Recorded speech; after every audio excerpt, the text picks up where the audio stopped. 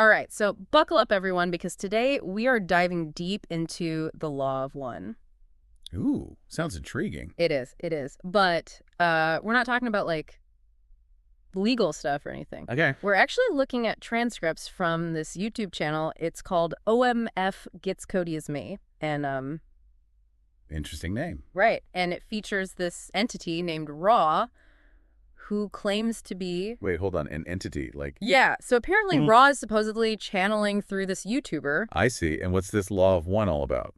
Well, from what I've gathered so far, there's a whole body of work out there with the same name, but Right. we're focusing specifically on the information presented in these YouTube transcripts. Makes sense, focusing on one specific interpretation. Exactly. So we're going to try to unpack the core ideas from Raw and see what they have to say about, well, everything, really. Sounds like a fascinating deep dive. Yeah, it's definitely a bit out there, but I'm game.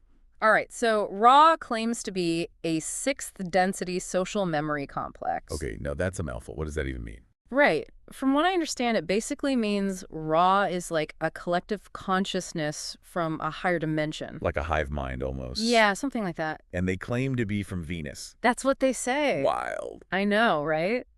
So, according to Raw, the central message is this law of one, which suggests that everything in the universe is interconnected. Everything. Like, we're all connected. Yep, that's the gist of it. Okay, so how does that tie into Ra's view of, the universe itself? Like, how does it all fit together? Well, they describe the universe as this vast creation with multiple densities or dimensions of existence. Okay, so like different levels of reality. Exactly. It's like imagining the universe as layers of reality. And each layer has its own rules and experiences. Right. And according to Ra, we humans currently reside in the third density. A third. So there are others above and below us. Yeah, apparently so. Ra describes 8 densities in total, and Whoa, 8. yeah, 8. That's a lot of densities. It is. And each density represents a different stage of spiritual evolution. So where are we at in this grand scheme of things? Well, they say this third density is like a proving ground. A proving ground. What are we being tested on? Well, Ra suggests that in this third density, we're faced with a choice between 2 paths: service to others or service to self. Interesting.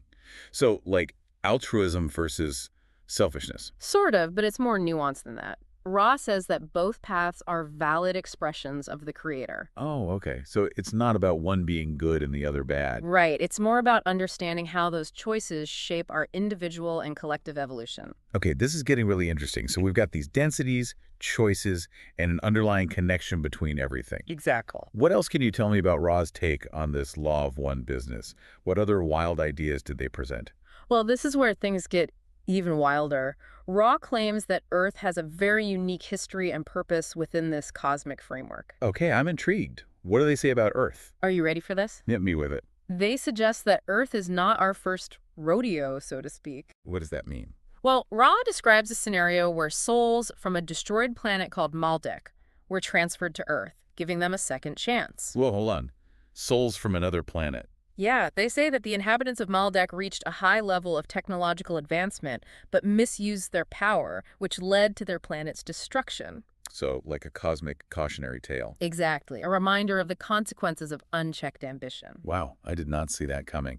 So these Maldek souls were transferred to Earth. That's what Ra claims. They say we were given this opportunity to learn from their mistakes and evolve towards a more harmonious existence. That's heavy stuff. So we're carrying the baggage of a whole other planet's karma. It's a lot to process, right? And it makes you wonder how those past choices might be influencing our current reality. Absolutely. Okay, my mind is officially blown. Where do we even go from here? Well, we're just getting started. Ra dives into all sorts of fascinating topics, from the nature of reality and consciousness to the cycles of time and the evolution of humanity. This is going to be one wild ride. You can say that again. Okay, so we're carrying this baggage from another planet. These Maldek souls are now here on Earth. Yeah, it's a wild concept, right?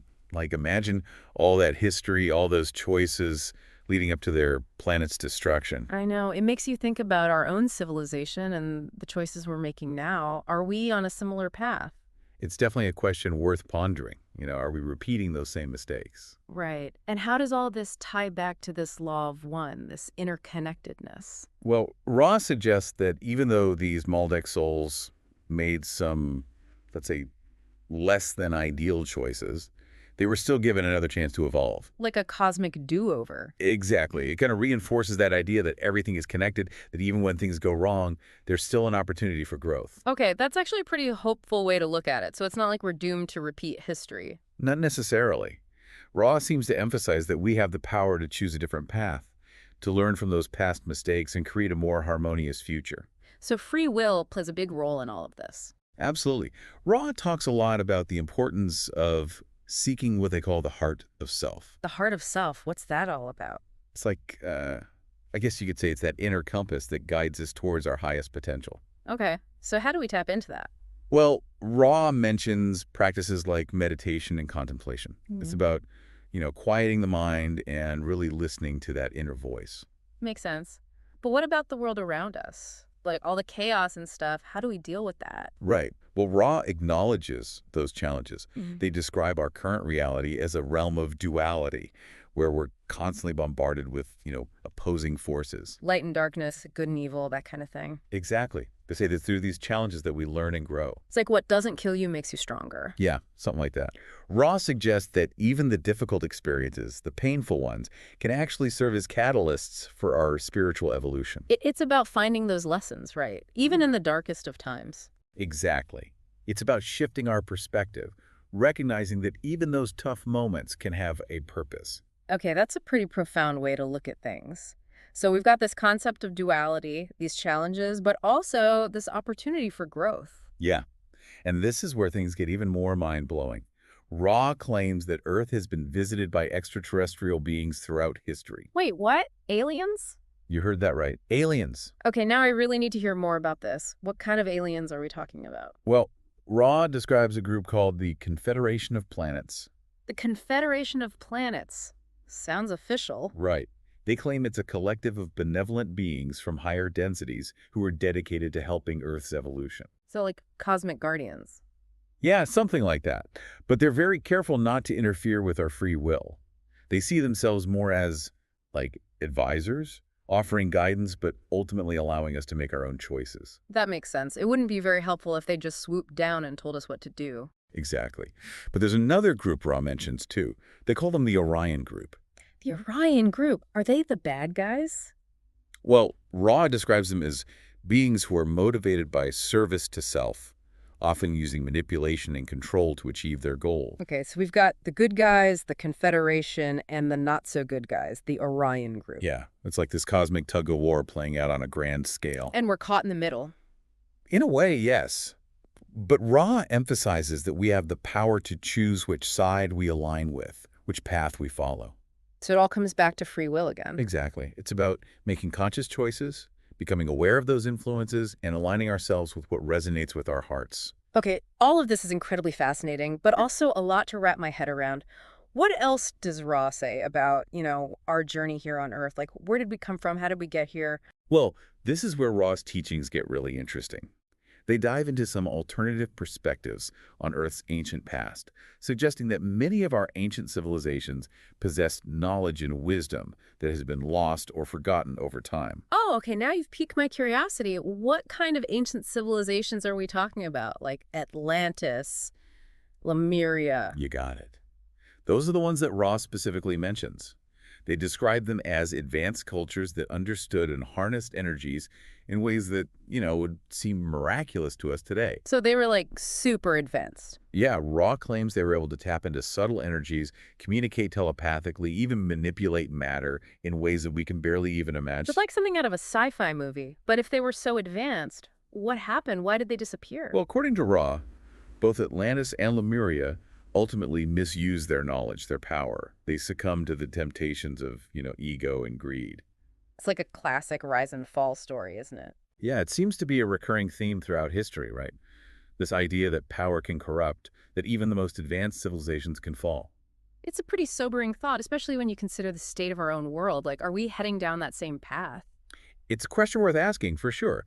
But Ross seems to suggest that we can learn from those past mistakes, that we can choose a different path. So what's the key? What can we do differently? Well, Ra emphasizes the importance of balancing knowledge with wisdom, power with compassion, and technological advancement with spiritual growth. So it's not about rejecting technology or progress. No, not at all. It's about integrating those advancements in a way that aligns with our highest values, that contributes to the well-being of all beings. Okay, that makes a lot of sense. It's about finding that balance, that harmony between our inner and outer worlds. Exactly. And Ross suggests that one of the most important things we can do is to cultivate compassion and understanding, both for ourselves and for others. Compassion, that seems to be a recurring theme in a lot of spiritual traditions. Yeah, and Ra really emphasizes that. They say that true spiritual evolution is about expanding our circle of compassion, recognizing that we are all interconnected, all part of the same cosmic tapestry. It's about seeing ourselves in others, recognizing that we are all one. Right. And that brings us back to that central message of the Law of One, this idea that everything is connected, that we are all part of the same unified consciousness. Wow, okay. So we've got these ancient civilizations, these lessons about power and compassion, this interconnectedness, all tied together by this law of one. It's a pretty wild ride, isn't it? You can say that again. So what else does Ra have to say about how we can actually put these teachings into practice, like in our daily lives? What tools or techniques can we use to align ourselves with this law of one? Well, that's a great question, and one that we'll dive into deeper in the final part of our deep dive. We'll explore Ra's insights on medication, energy work, the role of crystals, and other practices that can support us on our spiritual journey. Sounds like a plan. I'm really looking forward to exploring those practical applications in the next part. This deep dive is definitely one for the books. So we've talked a lot about these big concepts, densities, aliens, the whole shebang. But now I'm really curious about the practical stuff. Like, what can we actually do to, live this law of one? Yeah, that's a great question. It's one thing to understand these concepts intellectually, but actually putting them into practice is a whole other challenge. Ra emphasizes that it's not enough to just know about the Law of One. We have to embody it in our daily lives. Okay, so how do we do that? What are some, practical steps we can take? Well, Ra talks a lot about becoming what they call instruments of the Creator, like channels for love and light to flow through. That's a beautiful image. But how do we actually become those instruments? Like, do we need special training or something? Not exactly. Ra suggests that it's more about refining ourselves, clearing away those distortions and blockages that prevent us from fully expressing our true nature. Hmm, I see. So it's like we're already these instruments, but we need to, tune them up. Exactly.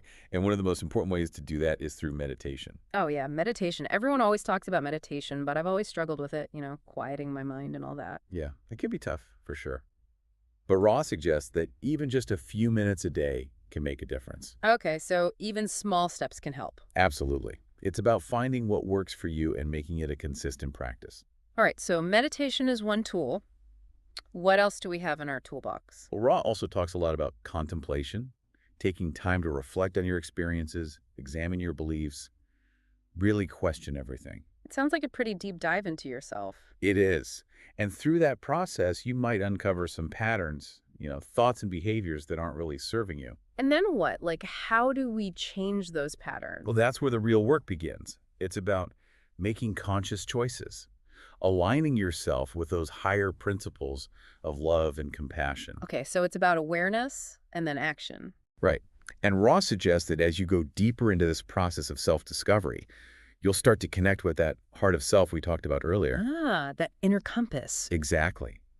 And that's where true wisdom and guidance comes from. So it's about trusting our intuition, that inner knowing. Yeah, that's a big part of it. And Ra also emphasizes that we have support available to us from, higher realms, from our own inner guidance, even from those who've walked this path before us. It's like we have a whole team of spiritual cheerleaders rooting for us. Something like that. Yeah.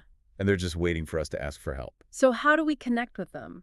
Ra mentions practices like prayer, meditation, visualization, even just expressing gratitude can open us up to that guidance. Gratitude, yeah. I've heard that's a powerful practice. It is. It shifts your focus to the positive, and that can make a huge difference in how you experience the world. So it's about finding those things to be grateful for, even when things are tough. Exactly. And Ra suggests that as we cultivate gratitude and openness, we become more attuned to synchronicities, those meaningful coincidences that guide us along our path. Oh, yeah. Synchronicities. I love those. Right. It's like the universe is winking at you, giving you little clues. So we need to pay attention to those signs, those little nudges from the universe. Absolutely. Trust your intuition, Follow those breadcrumbs, even if they lead you off the beaten path. It's about trusting the journey, even when we don't know where it's going. Exactly. And as we do that, Raw suggests that we'll start to feel a deeper sense of alignment with the law of one, a feeling of connection to everything, and a profound understanding that we're not alone on this wild ride. Wow, that's beautiful. This has been such an incredible deep dive. I feel like I have so much to think about, so much to explore. I'm glad you enjoyed it. And remember, this is just the beginning. The law of one is a vast and complex subject, and there's always more to learn. Well, you've definitely sparked my curiosity. I'm excited to keep exploring these teachings and see where they lead me. Thanks for being such a fantastic guide on this journey. You're most welcome. And remember, the most important thing is to keep an open mind. Keep asking questions, and keep seeking those deeper truths that resonate with your soul. Wise words. And to all our listeners out there, keep exploring, keep seeking, and most importantly, keep believing in the power of connection. Until next time, keep diving deep.